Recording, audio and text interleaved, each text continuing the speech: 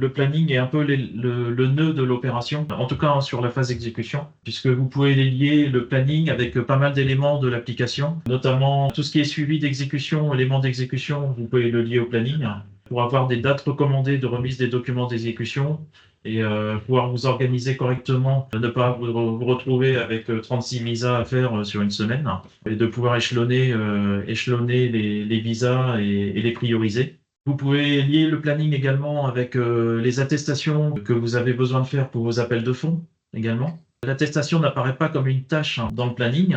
Par contre, vous pouvez lier la demande d'attestation avec enfin, c'est comme un prédécesseur entre tâches du planning, sauf que là, c'est entre une tâche et l'attestation. Ce qui fait que votre attestation, vous aurez une date recommandée qui est liée à votre prédécesseur. Vous pouvez également lier votre planning avec les réceptions de support, les autocontrôles. C'est pas des tâches qui apparaissent dans le planning pour pas alourdir le planning et n'avoir que les tâches d'exécution réellement dans le Gantt, mais vous pouvez lier toutes ces tâches indirectes avec le planning.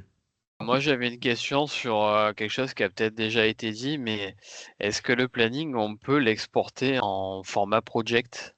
Non, tout simplement parce que les fonctions que l'on a dans le planning ici dans Text n'existent pas dans Project. OK, Il n'y a pas d'intérêt parce que, ne serait-ce que par rapport au lien que l'on a entre le planning et ce que je disais tout à l'heure, les attestations, les réceptions de support, les documents d'exécution, du coup, si vous exportez, que vous modifiez, on perd les liens avec le reste, quoi, du coup.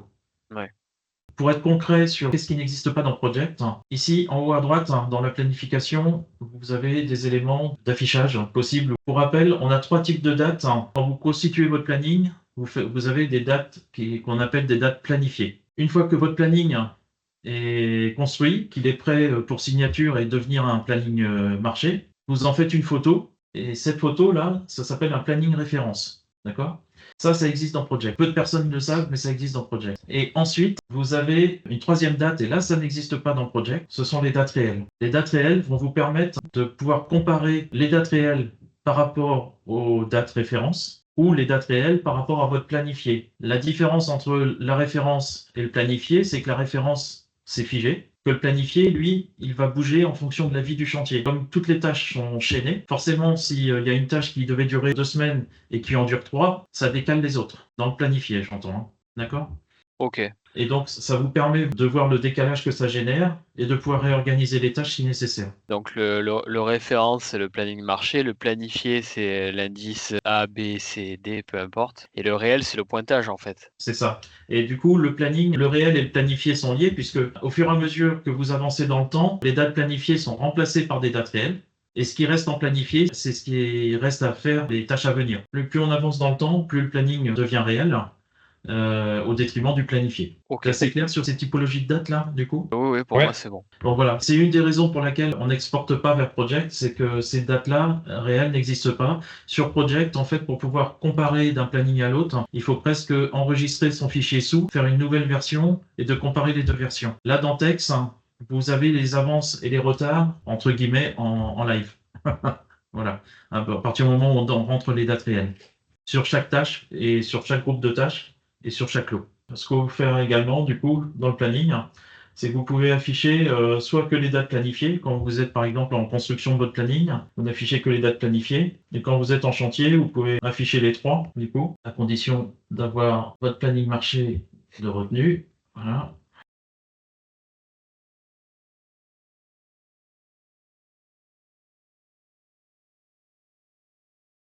Voilà. Là, c'est assez parlant, du coup. Si je prends ma tâche ici de rez-de-chaussée,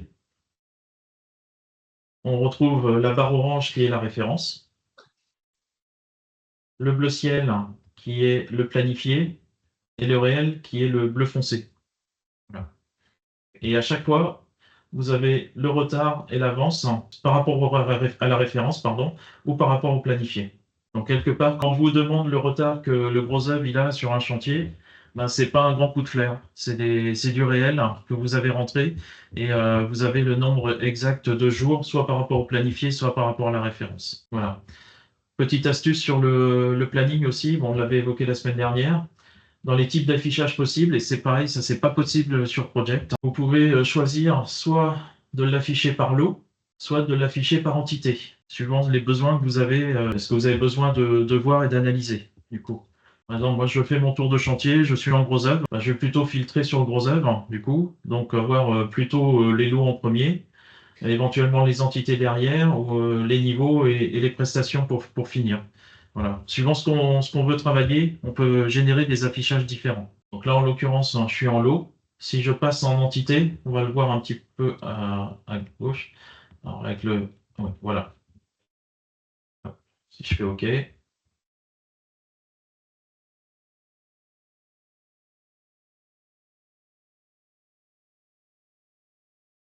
Voilà, je suis passé en localisation en tête, hein, du coup. Et les lots ensuite, hein, et ensuite les tâches.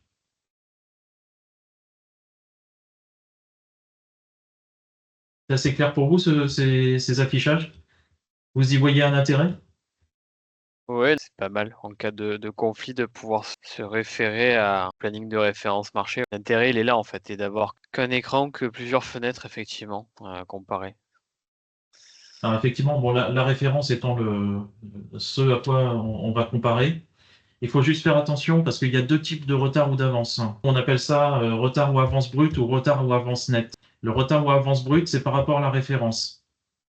Mais le problème par rapport à la référence, c'est que si le retard, je sais pas, l'entreprise a 3 semaines de retard par rapport au planning de référence, mais il y a peut-être 2 semaines qui ont été générées par le lot précédent. Et ça, sur le retard brut, on ne le voit pas par rapport à la référence.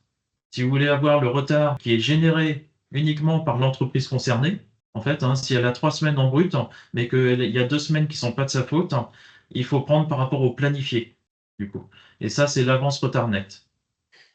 Voilà. Et là, c'est déduction faite du retard des petits copains qui ont généré les 2 semaines de retard auparavant. Tout dépend ce qu'on veut analyser, du coup. Et tout dépend comment sont les pénalités dans le CCAP également. Et les CCAP ne précisent pas généralement le type de retard ou le type d'avance, hein. Enfin, le type de retard en l'occurrence. C'est quelque chose que je conseille souvent de détailler dans les CCAP. Est-ce que c'est du retard brut ou est-ce que c'est du retard net? L'idée première, c'est le respect du planning, quoi. Donc voilà, juste pour terminer sur le planning, sur la planification, donc là on retrouve les plannings références du coup. Il peut y en avoir plusieurs, hein. Si en cours de chantier, vous avez un arrêt de chantier par exemple de 2 mois et que à l'issue de ces 2 mois, vous reprenez le chantier et on sent bien qu'il faut reconstruire un nouveau planning pour arriver au bout du chantier, vous pouvez faire une nouvelle référence. D'accord? Ça conserve la référence précédente, mais vous pouvez faire une nouvelle pour terminer le chantier. Vous pouvez rentrer des intempéries également, sachant qu'on peut aussi inclure un nombre de jours d'intempéries qui est inclus dans le CCAP. Et ensuite, vous pouvez rentrer des périodes chômées. Et pareil, grosse différence par rapport à Project. Quand vous rentrez des périodes chômées pour Project, c'est pour l'ensemble des tâches du projet. Vous dites par exemple, mon mois d'août est chômé pour le chantier. Vous chômez le mois d'août, ça sera pour l'intégralité des tâches sur Project. Là, ici, vous pouvez dire, au mois d'août, j'ai mon ravaleur qui travaille. Vous pouvez l'exclure de la période chômée. Du coup, s'il a des tâches qui passent par le mois d'août, elles ne seront pas décalées au mois de septembre. C'est assez clair pour vous? Oui. Oui. Ok.